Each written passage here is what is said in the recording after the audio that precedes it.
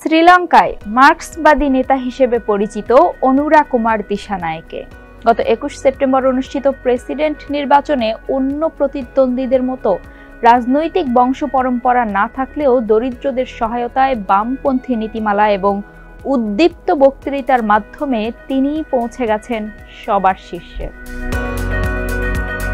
২১ September সন্ধ্যায় শ্রীলঙ্কার নির্বাচন কমিশন জানায় দেশব্যাপী ভোট গণনা শুরু হয়েছে।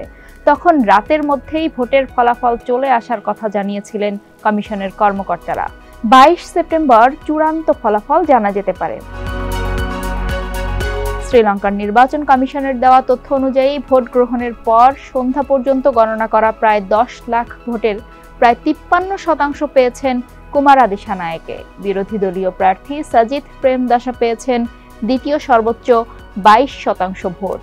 বর্তমান প্রেসিডেন্ট রনিল বিক্রমাসিংহে আছেন তৃতীয় স্থানে। কমিশনের হিসাব বলছে ভারত মহাসাগরীয় দ্বীপ দেশটিতে ১,৭০,০০,০০০ ভোটারের মধ্যে প্রায় ৭৫% এবারের নির্বাচনে ভোট দিয়েছেন। এর আগে ২০১৯ সালের নির্বাচনে রেকর্ড ৮৩.৭২% ভোট পড়েছিল। কুমারা দিশানায়েকের জোট এনপিপির মধ্যে রয়েছে তার দল মার্ক্সপন্থী জনতা বিমুক্তি পেরেমুনা জেভিপি। দলটি অনেক আগে থেকেই অধিকতর জোরালো রাষ্ট্রীয় হস্তক্ষেপ, কর হ্রাস ও সংরক্ষণবাদী বাজার অর্থনৈতিক নীতিকে সমর্থন করে আসছে। যদিও দিশানায়েকের দলের সংসদে মাত্র ৩টি আসন আছে, তবু দুর্নীতি দমন ও বড় আকারের কল্যাণমূলক প্রকল্পের প্রতিশ্রুতি দিয়ে তিনি সমর্থন বাড়িয়ে তুলেছেন। একই সঙ্গে ৫৫ বছর বয়সী দিশানায়েকে দুর্নীতির বিরুদ্ধে কঠোর পদক্ষেপ এবং আরও দরিদ্র বান্ধব নীতি গ্রহণ করার প্রতিশ্রুতি দিয়ে নিজের পক্ষে জনসমর্থন অনেকটাই বাড়িয়েছেন। নিজেকে একজন সংস্কারপন্থী প্রার্থী হিসেবে উপস্থাপন করেছেন দিশানায়েকে। প্রতিশ্রুতি দিয়েছেন তিনি ক্ষমতায় আসার ৪৫ দিনের মধ্যে পার্লামেন্ট ভেঙে দেবেন। এর মধ্য দিয়ে সাধারণ নির্বাচনে নিজ নীতির পক্ষে নতুন ম্যান্ডেট পেতে চান তিনি। ইতোমধ্যে বর্তমান পররাষ্ট্রমন্ত্রী আলী সাবরি এক্সে দেওয়া এক বার্তায় বলেছেন, দীর্ঘ ও ক্লান্তিকর এক প্রচার শেষে নির্বাচনের ফলাফল এখন পরিষ্কার। যদিও আমি প্রেসিডেন্ট রনিল বিক্রমাসিংহের পক্ষে ব্যাপকভাবে প্রচার চালিয়েছি, তবে শ্রীলঙ্কার জনগণ তাদের মতামত জানিয়ে দিয়েছেন। অনুরা কুমারা দিশানায়েকের পক্ষে তাদের সমর্থনকে আমি পুরোপুরি শ্রদ্ধা জানাই। বার্তা সংস্থা রয়টার্সের প্রতিবেদনে বলা হয়, এই মাসে প্রকাশিত একটি জনমত সমীক্ষায় দেখা গেছে দিশানায়েকে, যিনি AKD নামেও পরিচিত, ৩৬% ভোটারের সমর্থন নিয়ে এগিয়েছিলেন। আর প্রধান বিরোধী নেতা সাজিথ প্রেমদাসা দ্বিতীয় অবস্থানে এবং বর্তমান প্রেসিডেন্ট রনিল বিক্রমাসিংহে তৃতীয় স্থানে ছিলেন। তবে এর আগে রাজনৈতিক বিশ্লেষক কুশল পেরেরা বার্তা সংস্থা AFP-কে বলেছেন, এবারের লড়াই হবে ত্রিমুখী। তবে প্রধান ৩ প্রার্থীর মধ্যে কে নির্বাচিত হবেন তা বলা মুশকিল। এটা স্পষ্ট যে এবারের নির্বাচনে কোনো প্রার্থীর নিরঙ্কুশ সংখ্যাগরিষ্ঠতার জন্য যে ৫০% ভোট প্রয়োজন তা কেউ পাবেন না। সাজিথ প্রেমদাসা হলেন সাবেক প্রেসিডেন্ট রানা সিংহে প্রেমদাসার ছেলে, যাকে প্রেসিডেন্ট থাকাকালীন হত্যা করা হয়েছিল। আর বিক্রমাসিংহের চাচা JR জয়বর্ধনে ছিলেন সাবেক প্রেসিডেন্ট। এবারের নির্বাচনে দেশটির ২ বারের প্রেসিডেন্ট মাহিন্দা রাজাপাকসের বড় ছেলে নমল রাজাপাকসেও অংশ নিয়েছেন। গত ১৮ সেপ্টেম্বর দিশানায়েকে তার শেষ নির্বাচনী সমাবেশে বলেন, অনেকে মনে করেন তাদের পারিবারিক ক্ষমতা ব্যবহার করে এই নির্বাচন জিতবেন, কিন্তু ২১ সেপ্টেম্বর সেই পারিবারিক ক্ষমতা, আর্থিক ক্ষমতা, মিডিয়ার ক্ষমতা এবং রাষ্ট্রীয় ক্ষমতাকে জনগণের ক্ষমতা পরাজিত করবে। দিশানায়েকে সমাবেশে বড় জনসমাগম করতে সক্ষম হয়েছেন। শ্রীলঙ্কানদের গভীর অর্থনৈতিক সংকট থেকে বেরিয়ে আসার আহ্বান জানিয়েছেন। যেই সংকটে পড়ে ব্যাপক প্রতিবাদ বিক্ষোভের মুখে ২০২২ সালে তৎকালীন প্রেসিডেন্ট গোতাবায়া রাজাপাকসে পালাতে বাধ্য হন। দিশানায়েকের জেভিপি নির্বাচিত সরকারের বিরুদ্ধে ১৯৭১ এবং ১৯৮৮ সালে দুবার ব্যাপক বিপ্লবের চেষ্টা করে ব্যর্থ হয়েছিল। ওই বিদ্রোহ দমনে তৎকালীন সরকার কয়েক হাজার মানুষকে হত্যা করে। দলটি পরবর্তীতে মূলধারার রাজনীতি শুরু করে। তখন দিশানায়েকে নেতা ছিলেন না। তিনি সাম্প্রতিক বছরগুলোতে এই বিদ্রোহ সম্পর্কে কোনো মন্তব্যও করেননি।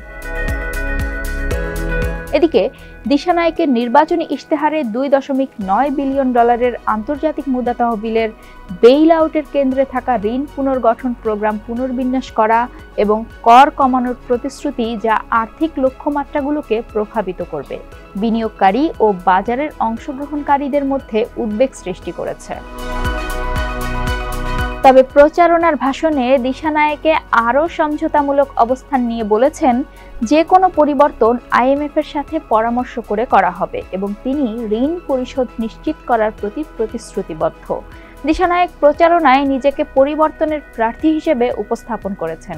ক্ষমতায় আসার প্রায় ৪৫ দিনের মধ্যে সংসদ বিলুপ্ত করার এবং তার নীতির জন্য সাধারণ নির্বাচনে নতুন ম্যান্ডেট চাওয়ার প্রতিশ্রুতি দিয়েছেন। কলম্বোর সেন্টার ফর পলিসি অল্টারনেটিভসের সিনিয়র গবেষক ভাবনী ফনসেকা বলেন, তিনি বেশ কিছুদিন ধরে রাজনীতিতে আছেন এবং নতুন মুখ নন। তিনি সেসব ভোটারদের কাছে টেনেছেন যারা ভিন্ন কিছু চায়, পরিবর্তন চায়। নির্বাচিত হলে তিনি হবেন শ্রীলঙ্কার নতুন নেতৃত্ব। তিনি জানেন কিভাবে জনগণের সঙ্গে তাদের দুর্ভোগ সম্পর্কে কথা বলতে হয়। শ্রীলঙ্কার এবারের প্রেসিডেন্ট নির্বাচনে প্রার্থী ছিলেন ৩৯ জন। তবে যেই জয়ী হন, তাকে ঋণে জর্জরিত শ্রীলঙ্কার ভেঙে পড়া অর্থনীতিকে ঘুরে দাঁড় করানোর চ্যালেঞ্জ নিতে হবে বলে মনে করছেন বিশ্লেষকরা। দেশটির প্রেসিডেন্ট নির্বাচনের নতুন আইন অনুযায়ী একজন ভোটার ৩ প্রার্থীকে ভোট দিতে পারবেন। কোনো একজন প্রার্থী কমপক্ষে ৫০% বা এর চেয়ে বেশি ভোট পেলে তাকে বিজয়ী ঘোষণা করা হবে। আর কোনো প্রার্থী ৫০% ভোট না পেলে সবচেয়ে বেশি ভোট পাওয়া 2 প্রার্থীর মধ্যে দ্বিতীয় দফা বা রান অফ ভোট হবে। তবে দেশটির ইতিহাসে এর আগে এ ধরনের কোনো ঘটনা ঘটেনি। ২০২২ সালে হাজার হাজার বিক্ষোভকারী কলম্বোতে মিছিল নিয়ে প্রেসিডেন্টের কার্যালয় ও বাসভবন দখল করে। এমন পরিস্থিতিতে তৎকালীন প্রেসিডেন্ট গোতাবায়া রাজাপাকসে পালিয়ে যান। সিএনবিসির এক প্রতিবেদনে বলা হয়, তার ক্ষমতাচ্যুতির পর আন্তর্জাতিক মুদ্রা তহবিল আইএমএফের $2.9 বিলিয়ন সহায়তা তহবিল শ্রীলঙ্কার অর্থনীতি পুনরুদ্ধারে একটি ছোট্ট প্রচেষ্টা ছিল। কিন্তু উচ্চ জীবনযাত্রার ব্যয় অনেক ভোটারের জন্য একটি প্রধান সমস্যাই রয়ে গেছে। যদিও মুদ্রাস্ফীতি গত মাসে সংকটের সর্বোচ্চ ৭০% থেকে ০.৫% নেমে এসেছে এবং ২০২৪ সালে ৩ বছরের মধ্যে প্রথমবারের মতো অর্থনীতি প্রবৃদ্ধির পূর্বাভাস দেওয়া হয়েছে, কয়েক লাখ মানুষ এখনো দারিদ্র্য ও ঋণের নিচে চাপা পড়ে আছে। অনেকেই তাদের পরবর্তী নেতার উপর একটি উন্নত ভবিষ্যতের প্রত্যাশা করছেন। ২১ সেপ্টেম্বর নির্বাচনে যেই প্রার্থী বিজয়ী হবেন, তাকে ২০২৭ সাল পর্যন্ত শ্রীলঙ্কায় আইএমএফ কর্মসূচি অব্যাহত রাখার নিশ্চয়তা দিতে হবে, যাতে অর্থনীতি একটি স্থিতিশীল প্রবৃদ্ধির পথে থাকতে পারে, বাজার নিয়ন্ত্রণে আসতে পারে, বিনিয়োগকারীদের আকৃষ্ট করতে পারে এবং দেশের 1/4 মানুষকে সংকট সৃষ্ট দারিদ্র্য থেকে বেরিয়ে আসতে সাহায্য করতে পারে।